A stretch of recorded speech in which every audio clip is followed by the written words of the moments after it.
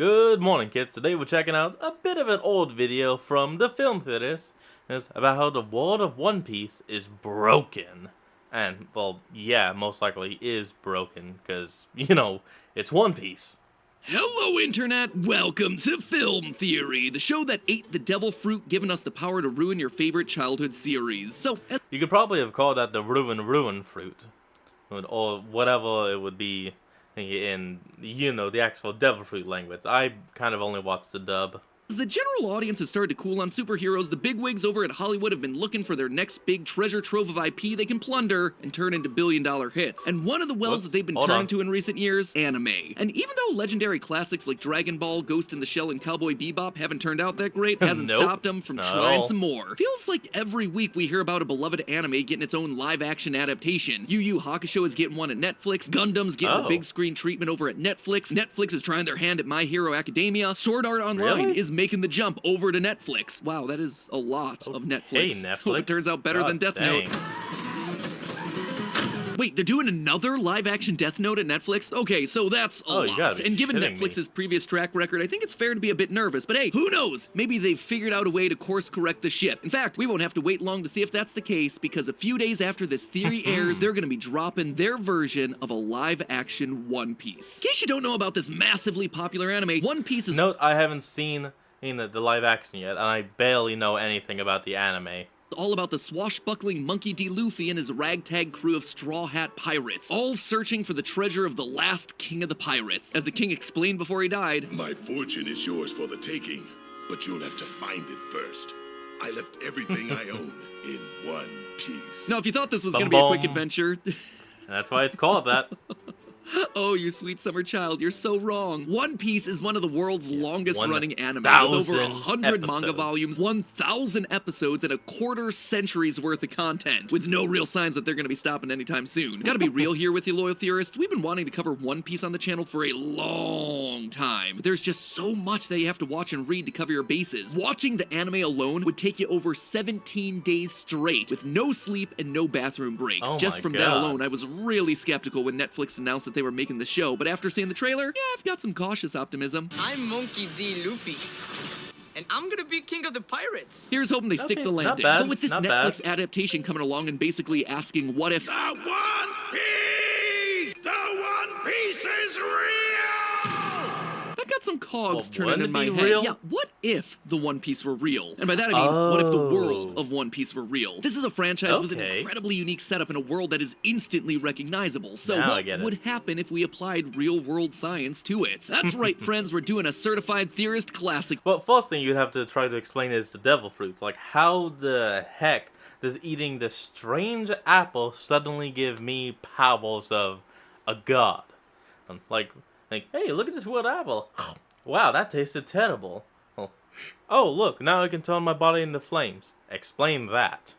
And yes, I did reference Ace. Today, if this thing were real, it would be absolutely terrifying. Because make no mistake, if the world of One Piece were real, it would be dangerous, disastrous, and it would ruin basically any attempt to better your life. Hoist your Jolly Rogers, loyal theorists, we're setting sail. So before we can really dive into why you wouldn't want to live in the world of One Piece, we have to break down just how different it is from our own. Zooming out, you can immediately spot some pretty big differences. First of all, almost the entire planet is covered in ocean, with some small island continents and archipelagos dotted here and there. On the real planet Earth, with all of our massive continents, about 70% of the planet's surface is water. So for the world of One Piece, we're talking closer to 90%. The biggest landmass is undoubtedly the Red Line, a very long, very skinny continent of red rocky mountain jutting out of the ocean, which runs all along what's basically the prime meridian of the planet. Because of this, One Piece's oceans are split into 5 main bodies of water. The 4 biggest are the North, South, East, and West Blues, basically separated into the 4 hemispheres of the planet. But the 5th body of water is actually the most important, the Grand Line, a wide ocean stream that wraps around the entire equator of the planet. This stretch of ocean is incredibly perilous and often called the most dangerous— What makes it so special? Is it just because it's so dangerous? in the world. Normal compasses don't work here. Currents and weather are erratic and Oh. extreme, and much of the wildlife is deadly. There's a reason it's okay. earned itself the nickname the Pirate's Graveyard. So other than that forbidding label on the Grand Line, what would the big issues of this planet actually be? Well, the first problem the world of One Piece would face actually comes from its most iconic feature, the fact that it's just covered in ocean water. See, this one fact Go would for probably it. mean that the world's inhabitants don't have time to fight over who's gonna get the One Piece first, because they're too busy fighting over another more essential resource, one required to survive, water. Fresh water. Yeah, I'm sure fresh I don't water, need to of tell you, course. ocean water, not safe to drink. All that salt is not gonna give you a good time. In the real world, fresh water only makes up about 2.5% of the planet's total water supply. And amongst Oh, that God. already minuscule percentage, most of that is trapped in the atmosphere, in ice caps, or is so deep under Earth's surface that it won't see the light of day. The only Oh, water that's truly available shit. for humans to consume are those found in underground aquifers or in freshwater lakes and rivers. I mean, here's a crazy fact for you. If all of Earth's water were shrunk down to the size of your typical water bottle, the amount that would be fresh and available would be about a quarter of a milliliter. That is literally Oh, less than a shit. drop in a bucket. Now remember, all of these calculations are in relation to Earth, a planet that has 30% of its surface covered in land that has massive lakes and rivers, and even we still have freshwater shortages. Now, take away all the continents, the Great Lakes, the rivers, the streams, and replace it all with even more giant oceans full of undrinkable salt water. People are going to struggle. Sure, some islands in One Piece probably have fresh water. Well, hold on. Wouldn't it just be possible to, distill the water and get the salt out of it? And, I mean, if they've been around for a good few millennia, I'm sure they have that, taken care of. So, probably don't have to worry about that, MatPat. Talk about the devil fruits. Real-world islands like those in Hawaii have plenty of fresh groundwater reserves and local spring water, but those can run dry, and pumping wells in their coastlines put you at a massive risk of accidentally sucking up ocean water, contaminating your pool. Factor in the limited farmland available on the islands, and you've suddenly created a world that's going to be forever in conflict, not over a piece of pirate treasure, but over a lack of food and water. The second major environmental problem you're going to run into in the world of One Piece is coming from its If you don't own one of these hold already, on. We'll be right back. Okay, now we're back.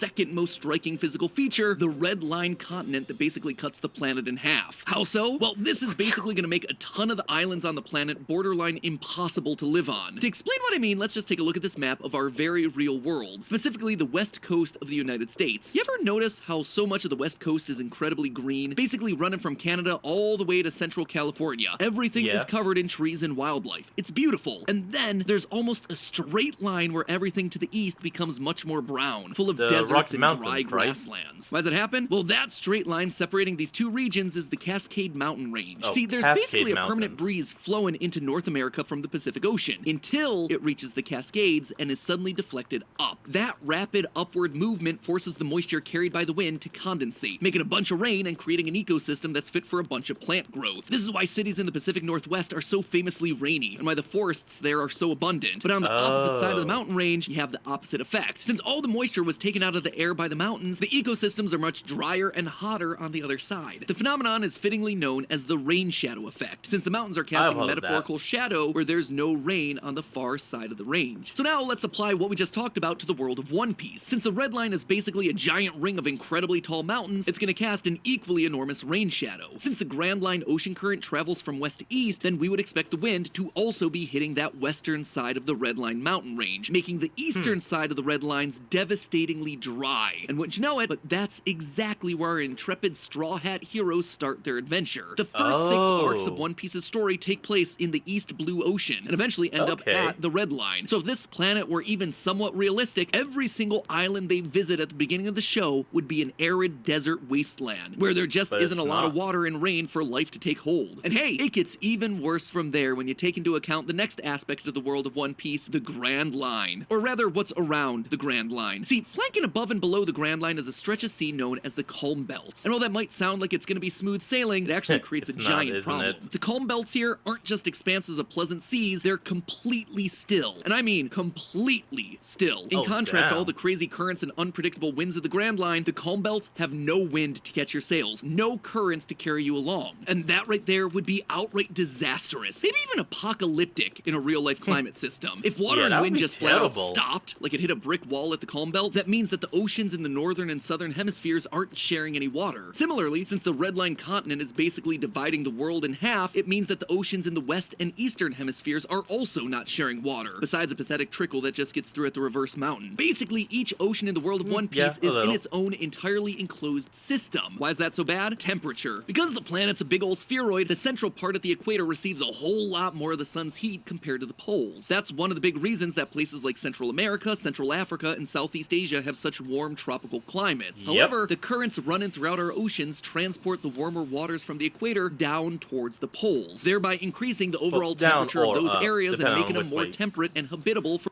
Sorry about that. I meant to say down or up, depending on where you're looking. You can see it goes down past Brazil, but it can also go up past America.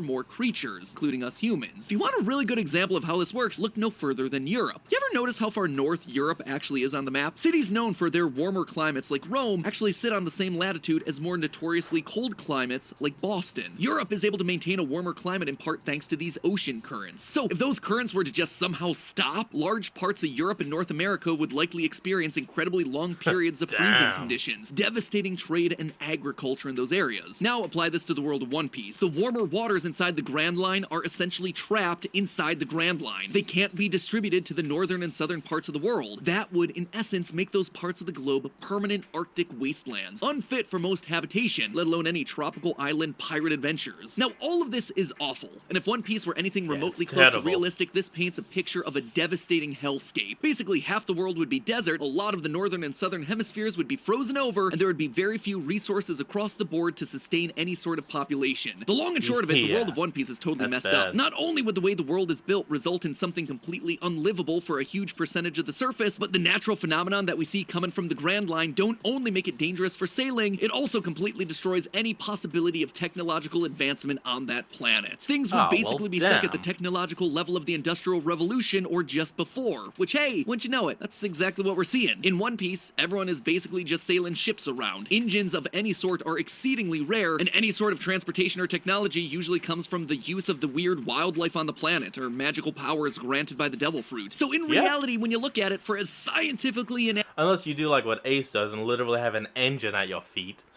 accurate as this world is, the end result is largely what you're seeing on screen. A bunch of people leaving their resource-starved island in hunt of something better. Hi diddle-dee-dee, a pirate's life for me. But hey, that's just a theory. A film theory. And cut. Well, folks, that's going to be the end of today's episode. I hope y'all enjoyed this. Remember to like, comment, and subscribe for more. Link to the original will be in the description below, so remember to support the original creator on all they do. And I'll see all you folks next time when we flick on. Peace out.